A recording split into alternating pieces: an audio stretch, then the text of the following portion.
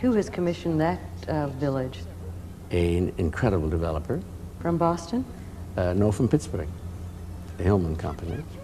In fact, in Pittsburgh, you are building a structure that is in some ways much like ATT in New York in its proportion, its scale, and its use of materials. Can you describe that building? You mean the PPG building? Mm-hmm. Well, it's about the opposite of AT&T. AT&T is a classical building, and it is built of granite with little windows in it.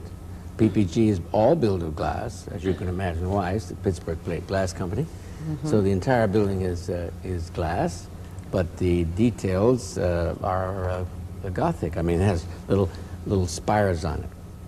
Oh, delicious. Little four-corner spires.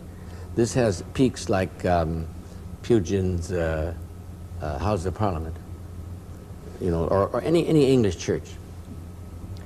You've designed buildings in glass before. In fact, one of them is longer and wider and higher than Notre Dame. It's the world's first drive-in church that you did in Garden Grove, California, in a building that is called the Crystal Cathedral. The request of the Reverend Dr. Robert Schuller to you was to tie the religious experience to nature. How did you manage to do that? Over protests. We designed a perfectly sensible church. Yes. You know, with a nice roof and solid walls with a nice mysterious feeling where you feel, I'm now in a church. I'm feeling good. And when he said, I want it all glass, I said, Dr. Schuller, you certainly don't want to sit here and look at all the parked cars, because he had to have an opening to address the people sitting in their cars. And he said, yes, what is wrong with cars? You live in your car all day long. Are you ashamed of it? Is God not in the car? See? And it's a entirely different way of looking at religion from the way I look at it in the Gothic cathedral. Well, how do you think of this type of building as a place of worship as contrasted to more traditional forms? Well, I'm surprised. It works marvelously. It's a very religious light because we used very almost opaque glass.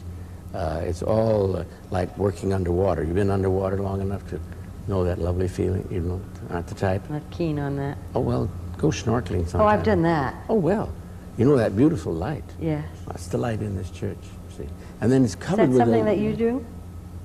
Snorkel? Oh, no, I've never been underwater. Heaven. So then how did you manage to create that? Well, I said to myself, it must look like this underwater. And judging by Cousteau's pictures, it does look like that. Just use your imagination a little bit. No, I wouldn't ever go near water.